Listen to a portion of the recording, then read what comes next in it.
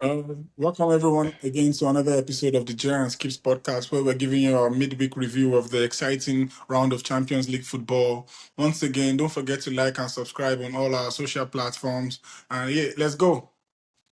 Yeah, so quickly, let's touch on the Bayern PSG game.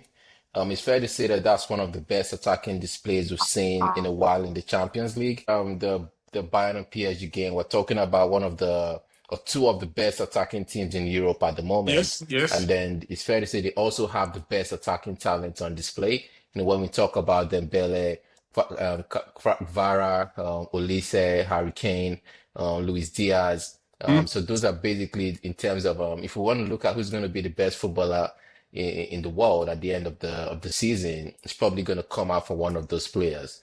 And In terms of the of how the game went though, 5-4 like a cricket scoreline.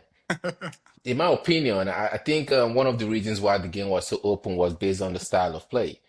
Yes, they had a very attacking system for both teams, but then the utilization of two attacking fullbacks on both teams in terms of Mendes and Hakimi and Lima and Davies on the Bayern side, I think this sort of made the game quite open in the sense that once you receive the ball, the two fullbacks are ahead, so you have like an open field to attack the defense. JR, what are you thinking? Do you think this sort of led to the open game, or you have something else in mind? oh yeah, I do agree that the setup of both teams basically led to the type of football match we experienced on that day. But also, we also have to give props to the quality of talent that both teams possess, right? Even in situations where it felt like some of the attackers were, well marshaled, or there was no space to go in behind. Once the ball got to either Kvaratskhelia or Olise or Due, the neck or Luis Diaz, the next thing on your mind was to take on the fullback, right? We Telling you, and bro. not only did they take on the fullback, they're skilled enough to actually create the separation. I don't think I've seen Nuno Mendes struggle that much against any opponent in a very Me recent neither. time. So many times he tried to square up 1v1 with Olise, and Olise ended up getting the better of him. And it was just a game where both teams and their star players came to play, right? And to your point Absolutely. about the setup of both teams, I think both teams trusted their quality in the final third. So they set up in a way to give them the best opportunity to exploit the other team's defenses. So it was basically a game of both teams saying, let's see who could attack the best, right? And thankfully, long may it continue in Europe. That's the type of football I love to watch and enjoy. Because Okay. it's a high scoring game, that did not mean there was not enough of tactical setup involved. You could see how the center backs of both teams pressed up high and try to squeeze the spaces in the middle of the pitch, and also how the midfield players who were very press resistant, I'm talking about Jao Neves, Vitinha, how they were able to navigate in that scenario and still find space for their forward men. Basically, on and on, it was a very, very, very intriguing setup, intriguing game, rather. And yeah, shout out to the attackers for doing what they did, and I hope to see another version of this in the second leg. Yeah, absolutely. I have to agree with most of the points that you've raised because, we actually want to watch football to see the ball go into the back of the net. True. So whenever you see that level of attacking display, that's why we love the game, and that's why we're looking forward to the second leg. Still on the PSG Bayern game though, let's touch on on two of the star men rather. Mm. I think Olise had a very good game. He had, one assist and one goal. I do think the goal he scored though, they sort of left it too open because all he really had to do was beat one man and take a shot. And maybe the keeper could have saved that. But I still have to give kudos to him because So, at the end of the day, he tried to score and he put the ball in the back of the net. mm. I think the same thing has to go to Kvara. Two goals. And as an Arsenal fan, if I want to touch back on Arsenal PSG last season, he sort of picked form at the right time in terms of good performances and the quarterfinal, the The next end of the semi-final. season, exactly. Yeah, and I think the final also because I think just before the quarters there was talk about is he like having a slow season, but suddenly the big games come up and he turns up with the big games. What do you think about this time, man? Anything you want to add to that? Yeah, I do agree that for both teams, the standout players were probably Olise and Kvaratskhelia, but special mention or shout out to Dembele, Dembele as well. He marshaled the line. Yeah, absolutely. He started the game and he missed the sitter, but he didn't let that affect him. He converted Big game though. the game. Big Yeah, game player. exactly. He picked himself up and he just did what he had to do. Shout out to Luis Diaz and Harry Kane as well. Like, can't Bro, we can speak that so much goal, about Harry bro. Kane. Yo, That the goal goal was that he sick, assisted man. for Luis Diaz is one of the best goals Yeah. in the Champions League. And And then when VAR almost VAR stole was that going, goal from us, man. when they were reviewing the goal, I kept on screaming, "Please, Just let it go. Let this it is too go. good of a goal to be ruled out. Like, please." And I think the gods of football heard us and they let the goal Yeah, I'm stand. telling you, because it was really tight, man. Like that could Very, have been very, offside very, on very. any given day. But Hmm. then looking at the pass from Harry Kane, the touch to bring the ball down My for Luis goodness, Diaz, that's just pure the football. movement to beat the defender, The and then the Chile, finish. oh my Bro, that's goodness. just, that's everything you want to see in terms of a goal in the Champions League. So, Exactly. So, good point bringing up that yes, Harry Kane to Diaz goal. yeah. So let's quickly switch into the Atletico versus Arsenal game. I think that's yeah, the way football is, you have attacking football and also you have defensive football as well Yes, as yes, control. yes. So, we don't want to go into games and seeing this exact same style of play. So, Speak it's for good to see yourself. that Yo, speak for yourself. I want to, but man's out here for the attack, yeah? man's out here for the goals, though. That's why we watch football. Okay. I feel you, my G. Okay, so the game was basically an antithesis of what we saw in the Bayern versus PSG. We Yep. saw less attacking display and a more defensive-minded approach. Mm. From what we've seen though, Arteta and Simeone have a way of denying the opposition an ability to create play from Hmm. ability to create open play. They have a way of stuck in the midfield. They don't press too high in terms of the defensive approach, and they always make sure that the fullbacks support the defenders either in a four or in a three. Hmm. Anything you want to add in terms of the style of play comparison from the PSG game to the Arsenal Atletico game? Yeah, I think you basically already touched on the focal point of what I was going to say. As Yeah, opposed to the game between Bayern and PSG, where it felt like both teams were trying to show off their attacking strengths and go toe to toe with one another. I think the mindset in the Arsenal versus Atletico Madrid game was let's try as much not to give enough open chances to the opposition. And like you said, we saw how it played out in the overall feel of the game, right? yeah, Both managers don't like to give away too many space in the middle of the pitch for you to be able to attack or play the ball in behind. Like you mentioned, their defenders don't fully commit. yeah. They rather attack in phases. I mean, they had quick attackers in the sense of Martinelli, Lookman, but from a quality standpoint, also we have to understand that There are levels yeah, below there in are levels to comparison this to what thing, we right? saw. So Yeah, regardless of how the team is set up, you don't expect Martinelli to move how Quara is moving, or you don't expect Adedemola and not Lookman to even move close, the bro. way Olise. It's no disrespect to these players, right? But it is what it is, right? So I We're think basically comparing Noni Madueke to Lise, it. please don't kill me, my guy. Bruh. Yeah, and I think also the mindset for Arsenal was don't get beat, right? And I Yeah. think While for PSG, Bayern is win.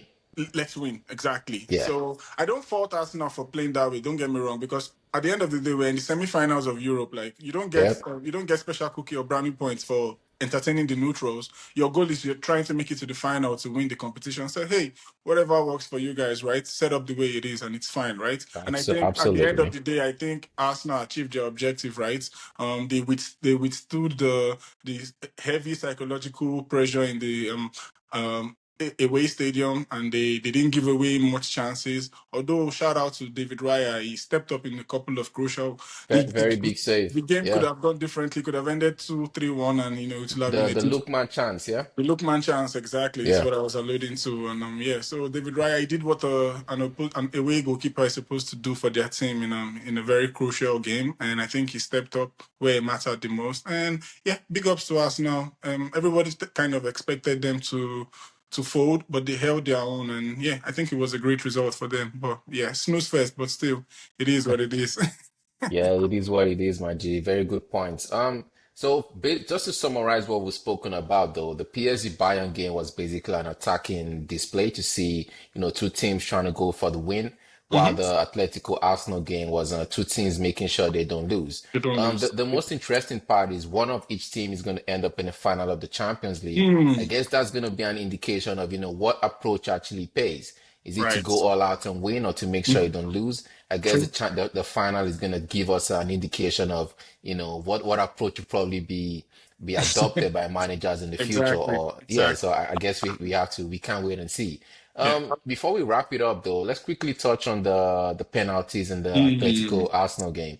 I do think all penalties were quite soft because the Gyökeres one goal, the Gyökeres one was that's a penalty in the sense that the defender, attacked him from behind. But I have to say he went down quite easily, and yeah, in any day it's a pen, but it's quite a soft penalty. Do you want to touch on the Atletico penalty? What are your thoughts on that? yeah, you're right. Basically, your crazy zone was it's one of those where if the referee doesn't give it, you don't get too mad, and if the referee I gives it, agree. you understand why it's given, right? You don't make a challenge from behind in the penalty box. But to your point, about Athletics penalty against Arsenal. I think Arsenal got shafted, right? And I think it's the same thing we saw in the Bayern PSG game. True, Where true. correct me if I'm wrong. I think the rule book states that if the ball comes off any part of your body before coming onto your hand, then it means you're not in control and it's not a deliberate foul. And we saw that in the PSG Bayern game. I think for the Davies's penalty, it came off his leg and it hit his hand, but they still gave it as a Um, penalty. One thing to add there, though, from what I've been seeing in the media, it seems that rule is more applicable to the Premier League as opposed to the Champions League. So maybe that's why we're seeing those kind of penalties get given in the Champions League, but in the Premier League, that's obviously not a pen. Or what do you think? Yeah, yeah, you might be right, but I thought the convention that the Premier League was going with was based on what was being applied generally, right? And to your point, I think I remember a couple of seasons ago, the same Manchester United versus Sociedad, I think in the Europa League, the ball comes off Martinez's lap and he hits his hand, but it still got given as a penalty. So to be fair to UEFA, this is usually like the The convention, standard, eh? the standard. They don't care if he hits the body part before he hits the hand. So if we're looking at it in that light, then I don't think the athletic penalty was soft, but also I think Eze's penalty should have stood. Um, Absolutely, bro. yeah, I think it was one of those situations where the referee didn't want to go against the grain. It was in a home stadium. He didn't want Yeah, to there incur the was too wrath of much pressure, man, pressure. because first of Exactly. all, the way the Atletico players surrounded the ref, and Hmm. then, he already gave a decision on the pitch, then VR basically second guesses him, makes him Hmm. go to the VR monitor. He had to watch it 13 times with Simeone backing like a mad dog behind him. So, I think Like, the and pressure the was just commentators too, kept on going on about, yeah, penalties like absolutely. that should not be given in the game. Like, yo, my man, Yeah, just that's let the not for referee do you. his job, Like, man. yo, Why relax. you trying to guide the decision? Like, shut up, Um, man. Yeah, It's a well, at the penalty. end of the day, we didn't get the penalty. The game ended up 1-1. So there's obviously a lot to play at the Emirates. Exactly. So let's end the session by doing a quick prediction in terms of Hmm. the return legs of the Champions League. Okay. I'm going to throw it to you first. So the Bayern PSG game, who you tipping to go to the final, and what do you think the score is going to be? Ooh. When it was 5-2, it looked like PSG was home and dry. Then Yeah. Bayern showed us that they never say never, and this was a Bayern team that their manager was facing a touchline ban. So I think they will probably be stronger at home, but you can never write off the PSG team. So gone to my head, I would say Bayern make it to the final. I mean, it's one of those things where I think the gods of football will probably not allow PSG make it to back-to-back finals. But hey, I might be wrong. So in my prediction, I say Bayern to win the tie and go to the final. Okay. Honestly, the first leg was a very attacking display, Mm. and I think company indicated it was going to be the same in the second leg. Ooh. But I have this feeling that in the second leg, there's going to be, less throwing caution to the wind because now this is the second leg, and whoever wins Psychologically, gets it's to in the the back of your mind that exactly. yeah. So I think it's going to be more of a close game rather than Mhm. a free scoring game.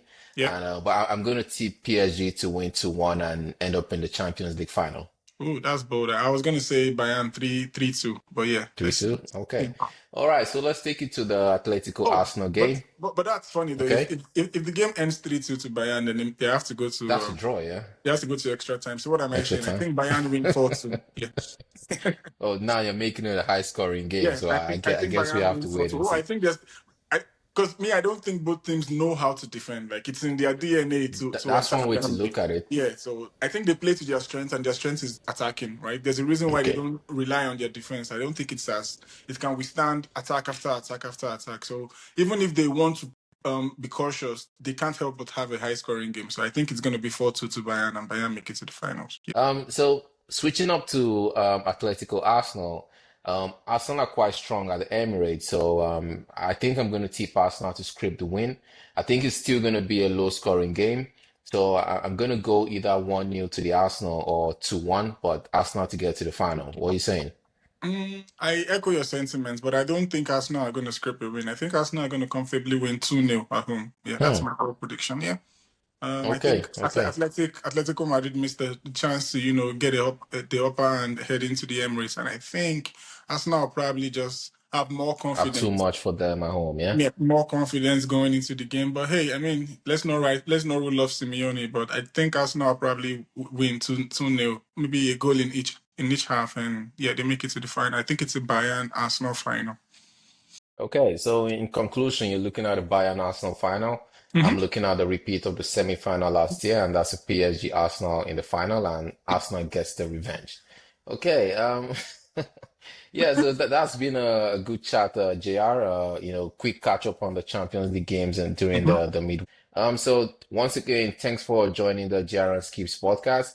Please remember to, follow us on social media platforms and hit the subscribe button. JR, tap in. Let's go.